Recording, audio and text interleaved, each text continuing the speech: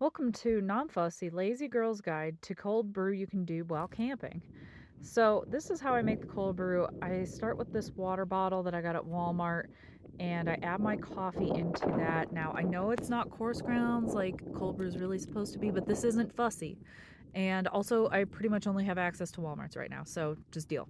Also, I make it kind of muddy.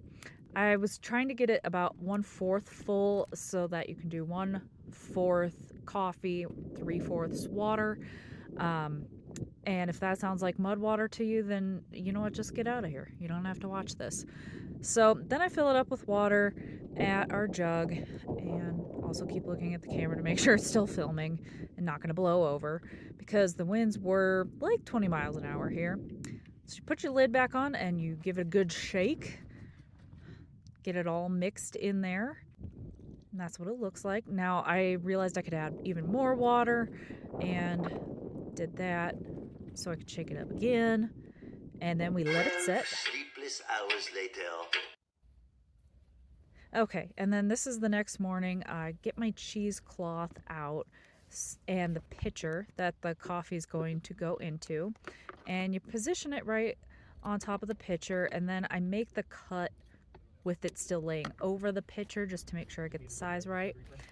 And fuss with it a little bit first. You got to do that. Always got to fuss with it. Then you take your funnel and put the funnel on top. And sorry this isn't a better shot, but you unscrew the cold brew and pour it through the funnel at the top. And I'll show you kind of how that looks from a different view here in a moment. So sometimes you kind of got to wiggle it without, jerking it around too much to get the liquid to go around the coffee grounds. And basically that's what it looked like in the end. Nice and dark and thick, but we do thin it out a little bit with some extra water. Now it's time to pour.